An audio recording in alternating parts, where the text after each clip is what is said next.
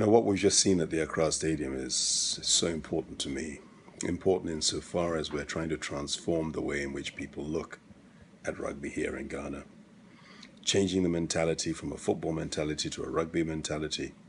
One that is more selfless, one that is more imbued with respect, one that is into planning, one that is playing with your friend and being there for your mate, etc., etc., etc., fundamental.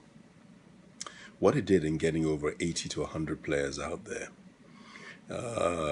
putting 4 teams together of 20, of a ladies' team at the same time, it showed people who didn't think that they could ever be considered for the national jersey a chance to understand that they could.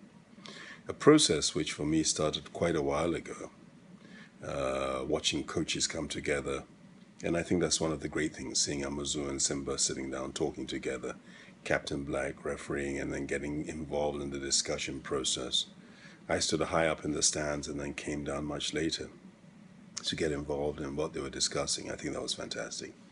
Seeing the commitment, the different combinations, the options that came out at halfback, playing with different people from Philip to Sani to Edie to Francis.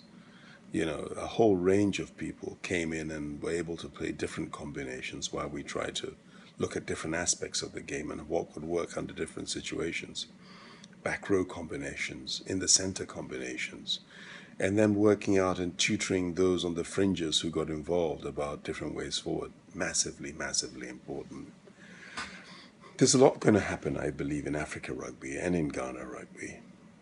We are driving a lot of it, and certainly we need the participation of everybody. So I think that was greatly important.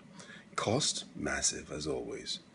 But we're committed, to a certain extent, to this process. And if this process sees the coming together, the improvement in skill levels, the improvement in fitness levels, the understanding of what rugby is really all about, then it was a weekend well spent.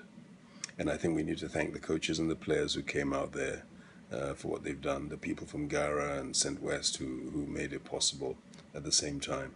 Fantastic. Let's see if we can keep it up. It's going to be difficult because the expense is simply mammoth. But the players are coming to the party and they're playing because they love the game, not because they're coming to hustle people for money or it's all money orientated.